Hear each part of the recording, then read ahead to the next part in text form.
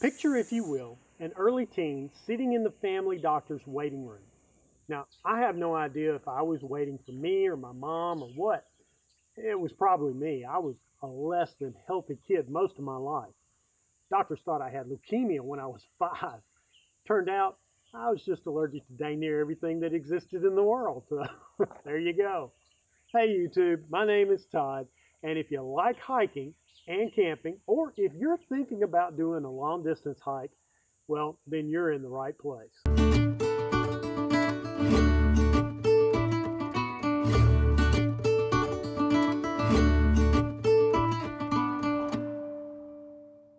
As I waited in that doctor's office, I pulled a Reader's Digest from the pile of magazines and kids' highlights activity books, and I started flipping through it. Laughter's the best medicine, humor in uniform, all the funny joke stuff that was to be found. See, I was a budding, frustrated stand-up comic even then, so I guess I was just honing the material to be used later in life. As I thumbed along looking for something else funny to read, I came across an article on this guy hiking the Appalachian Trail. Now, I can't tell you who he was or any of the stats, just some guy hiking over 2,000 miles over the course of maybe 6 months. My imagination was going nuts. This was huge to me. Now, I recently learned that it was a National Geographic article that inspired Grandma Gatewood. She's the first woman to ever thru-hike the AT. And it was a different publication that inspired Earl Schaffer, the first person of any sex to ever thru-hike the entire AT.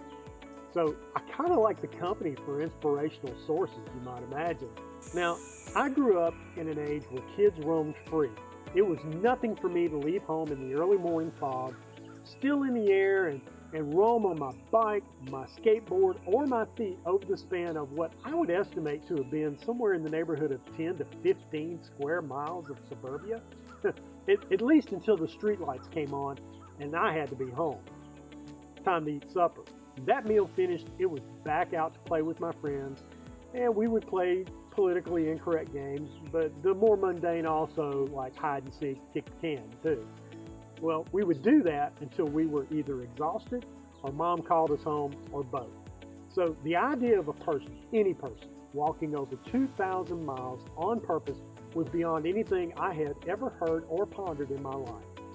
Then and there in Dr. Buck's office, the seed for an adventure was planted. That seed would lay dormant, kind of ungerminated for the next few decades. At least not until I had a son of my own, and he asked me to take him on a father-son campout. It was then that I began to put a little water on that seed. Well, one thing led to another, and hammock mania, well, that came first.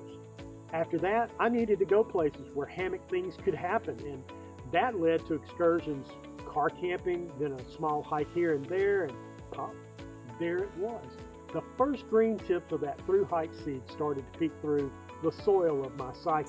Further adventures to far-flung places like Sipsey Wilderness in northwest Alabama, well, that really fertilized and accelerated the growth of this soon-to-be all-consuming vine that would eventually overtake almost every area of my life.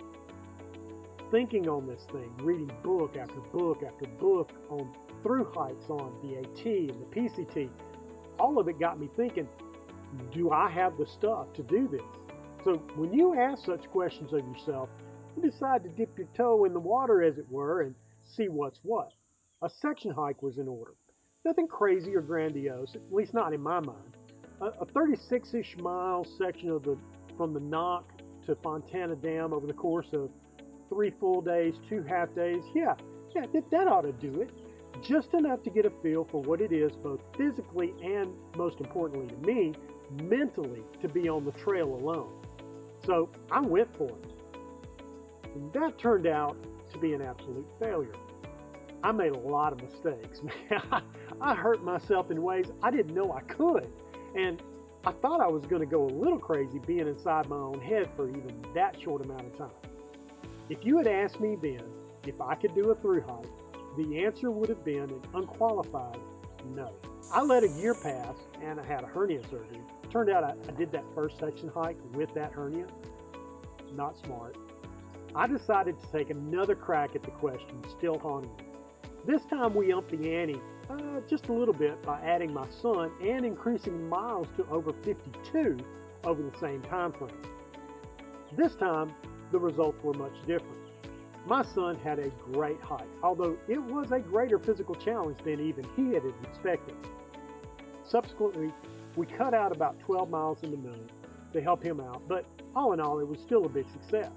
So there it was, a fully grown green thought of a dream of an idea to hike over 2,000 miles myself. But when? How? This was big. I mean, I'm married. I've got 2 kids, 2 dogs, a mortgage, a couple of car payments. That life didn't have any room for me to go gallivanting through 14 states for as much as 6 months, leaving my family to hold together said life. Then came another question. That question came about 3 years ago. Guy asked me, if money was no object, what would you do? The speed with which I answered the question surprised me as much as it did the guy who asked it. My immediate response was, oh, that's easy. I can answer that in 5 minutes. Hike long trails, write books, do motivational speaking full time. Well, there it was, just sitting there in the great wide open. Well, now what? Well, that part bounced around in my head for about another year or so before I got a handle on what was going to come next. I was sharing that question with a friend of mine, and I suddenly had an epiphany. I can't hike a long trail right now, but until I can write and I can speak. I got a lot of work to do, but I can do that much and bide my time until the opportunity to hike the AT comes. I knew intuitively that the opportunity would come. I just wasn't sure when. Once that decision was solidified, it was only a couple of months later that my wife got a promotion at work that she had been hoping for over the course of a couple of years. The increase that she got in salary opened the door of opportunity. There's the chance to get out of debt, the chance to save a ton of money, and then the chance to hike the AT. All of that became possible. The path was clear, but it was going to be really hard. But here I am, telling the story, figuring out all the fun bits and bobs of what it is to embark on a long-distance hike and walking in faith every step of the journey. I think about it every day. I dream, I plan, I worry a little, I work, and I write every single day.